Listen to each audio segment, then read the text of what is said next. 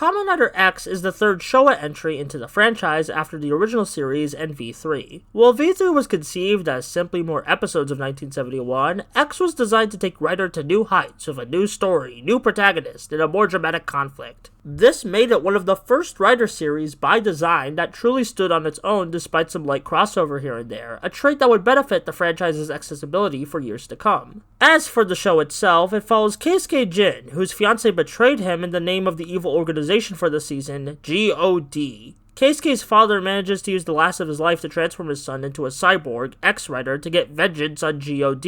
Honestly, these first two episodes setting up the status quo slap. You really feel the pain Keisuke is going through, especially in the second episode, where he grapples with the pros and cons of his new cyborg body. In general, for all the faults that I'll get to later, Keisuke is a strong protagonist, balancing somber emotion with charm, much like his predecessors. So these first two episodes of X set up a lot of promise for the rest of the series, but either because the creative team got cold feet or a lack of motivation to follow through with the plotline set up, X quickly goes back to basic in terms of episodic structure and sloppily ends the arc of Keisuke's fiancé by episode 8, which is quite disappointing that a plotline that started off very interesting peters out into mediocrity by the end. Luckily, it's not all doom and gloom, as after episode 8, we get to see where X shines most for me and many others. Its villain lineup, starting with the infamous Apollo Geist. He is a fancy cyborg rival to the titular Kamen Rider X and makes for a fun presence for Keisuke to conflict with. He was so popular that immediately after his death, he got revived for another few episodes. After Apollo Geist's magnificent reign on the show had come to an end, the final few episodes of X would focus on the new head of God,